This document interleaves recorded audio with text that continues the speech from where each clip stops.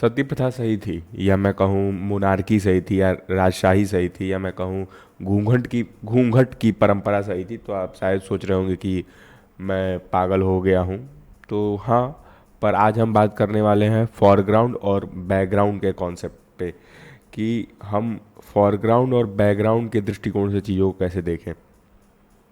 यह मेरा पर्सपेक्टिव नहीं है, कमलेश किशोर सिंह आज तक के सीनियर पत्रकारों में से या एडिटर्स में से एक हैं, और अब वो आज तक से रिटायर हो चुके हैं, और मैं तीन ताल सुनता हूँ, और उन उस तीन ताल के पॉडकास्ट में उन्होंने इस दृष्टिकोण का जिक्र किया था। मैंने इस पर सोचा समझा, तो मुझे लगा हाँ, ये दृष्टिकोण शायद साझा करने लायक है, तो मैं साझा कर रहा हूँ। तो समझने वाली बात है, फॉरग्राउंड और बैकग्राउंड होता क्या है। जैसे समझ लीजिए, अगर ये फॉरग्राउंड है, मतलब मेन कैरेक्टर ये है, ठीक है, ये पेन, और ये जो पीछे की सारी चीज़ें, मैं हुआ या माइक हुआ या ये जो मिरर दिख रहा है, ये सब बैकग्राउंड हुआ। तो फॉरग्राउंड क्या हुआ, ये हुआ।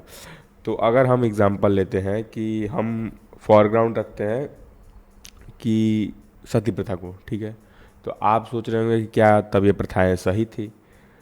शायद नहीं, ये प्रथाएं सही नहीं थी, पर ये प्रथाएं उस समय के हिसाब से, जिस समय, आज के समय में अगर सोचिए, भारत में स्त्री या एक महिला सुरक्षित नहीं महसूस कर सकती है, इतनी आधुनिकता है, या स्थिति इतनी बेहतर हो चुकी है, संसाधन हमारे पास इतने हैं, या केसेस रिपोर्ट किए जा सकते हैं, या महिलाओं को स्वतंत्रता दी गई है पहले से ज़्यादा, उसके बावजूद भी अगर महिलाएं सुरक्षित नहीं हैं, तो हम उस भारत की बात कर रहे हैं जो गुलाम भारत था, जिस भारत में एक पुरुष को कीड़े मकोड़े जैसा ट्रीट किया जाता था।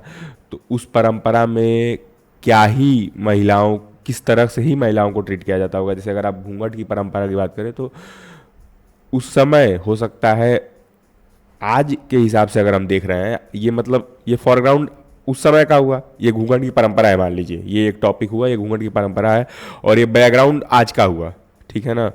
मतलब आप समझिए ऐसा कि आज के समय में घूंघट इररिलेवेंट है, पर उस समय में, जिस समय आक्रांता आते थे और किसी भी सुंदर लड़की को देख के वो उठा के ले जा सकते थे, या तो उस समय उनको बचाने का सबसे अच्छा तरीका था कि भाई अपना चेहरा ढक लीजिए आप। तो क्या वो परंपराएं सही थी? तो मैं ये नहीं कह रहा कि वो परंपराएं सही थी, उस समय के हिसाब से शायद वो बेहतर विकल्पों में से एक था। जैसे अगर मान लीजिए आपके पास दो विकल्प हो कि या तो आप अपनी टांग कटवा लीजिए, या तो आप एक गोली खा लीजिए माथे पे, तो आप शायद टांग कटवाना चुनेंगे, क्योंकि आपको ही पता है कि अगर आप माथे पे गोली खाएंगे तो आप मर जाएंगे। तो मैं ये कह रहा हूँ कि अगर वहाँ पे विकल्पों में से, उन विकल्पों में से सब 10 खराब थी, तो ये 9 खराब था, ऐसा समझ लीजिए। जैसे कि अगर मान लीजिए उस समय के समाज पे, अगर हम सती प्रथा का एग्जांपल ले रहे हैं, तो आज के समय में क्या है कि हमारे पास रिसोर्सेज बहुत ज़्यादा हैं, महिलाएं पढ़ सकती हैं, पढ़ के अपना खर्च खुद चला सकती हैं, और अभी के समय में इतनी लग्जरी है कि एक महिला अपने आप को इंडिपेंडेंट सोच सकती है। बहुत समय पहले की बात नहीं, अगर आप एक पीढ़ी पहले की महिलाओं से बात करें ना, तो उनको विवाह तक में उनको चुनने का मौका नहीं था कि वो किससे शादी करेंगी। एक पीढ़ी पहले की बात कर रहा हूँ, मतलब आज से 50 साल पुरानी औरतों से अगर आप बात करें, जिनकी उम्र आज से 50-60 साल हो, अगर आप शहरों में रह रहे हो तो 100 साल मान लीजिए, या दो पीढ़ी पहले मान लीजिए। अगर आप गाँव में आते हैं तो एक पीढ़ी पहले ही आपको महिलाओं को चुनने का अधिकार नहीं था। अब आप सोचिए, किसी का पति मर चुका है, ठीक है, उसका जीवन भर का खर्च किसी दूसरे व्यक्ति को उठाना पड़ेगा, और वो महिला चाह के भी समाज में कुछ कंट्रीब्यूट नहीं कर सकती, क्योंकि सामाजिक ढांचा वैसा नहीं था। तो शायद वो बेहतर विकल्प हुआ होता होगा उस समय। मैं बिल्कुल गलत हो सकता हूँ, ये दृष्टिकोण बिल्कुल भी वाहियात हो सकता है, पर इतना तो वाजिब है कि इस तरीके से एक बार चीज़ों को देखा जा सकता है जज करने से पहले। जैसे कि एग्जांपल आप समझ लीजिए कि अगर उस समय ये भी नियम हुआ करता था कि किसी के पास अगर उसका लड़का है, या वो गर्भ धारण कर चुकी है, तो उसको नहीं जलाया जाता था।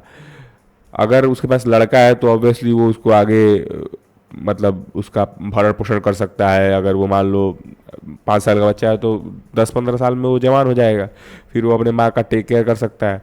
तो उस केस में महिलाओं को नहीं जलाया जाता था, पर जिस केस में महिलाओं का कोई बैकग्राउंड नहीं रहा करता, तो उस केस में महिलाओं को जला दिया जाता था। अब आप ये सोच रहे होंगे कि मैं इन प्रथाओं को डिफेंड कर रहा हूँ, तो शायद नहीं। मैं बस ये समझाना चाह रहा हूँ कि जिस भी समाज में करेजियस या मैं कहूँ क्यूरियोसिटी से ड्रिवन लोग रहेंगे, सवाल पूछने वाले लोग, और सवाल पूछने के लिए साहस चाहिए, समाज से सवाल पूछने के लिए अतिरिक्त साहस चाहिए।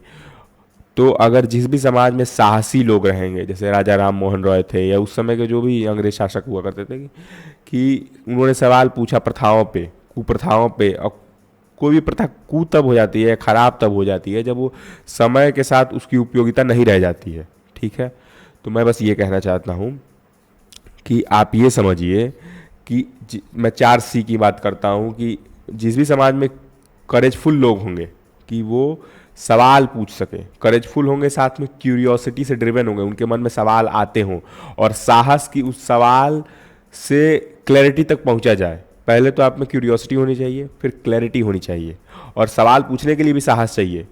तो साहस के बाद आता है सवाल पूछना, उसके बाद आता है क्लैरिटी, करेज, करेज, क्यूरियोसिटी, क्लैरिटी, और आता है क्रिएटिविटी। कि अगर आप किसी को चैलेंज कर रहे हैं कि ये प्रथा सही नहीं है, मान लीजिए आप सती प्रथा को सही नहीं है, तो फिर अल्टरनेटिव सिस्टम बनाने के लिए आपको क्रिएटिव होना पड़ेगा, क्रिएट करना पड़ेगा ना एक अल्टरनेटिव सिस्टम। उस क्रिएटिविटी को अप्लाई करने के लिए फिर आपको साहस चाहिए। तो ये 4C, करेज, क्यूरियोसिटी, क्लैरिटी और क्रिएटिविटी, जिनकी बात मैं पहले भी कर सकता हूँ, पहले भी कर चुका हूँ, और अगर इसके बारे में आप वीडियो देखना चाहते हैं तो मैं आपको पिन कर दूंगा, आप देख सकते हैं।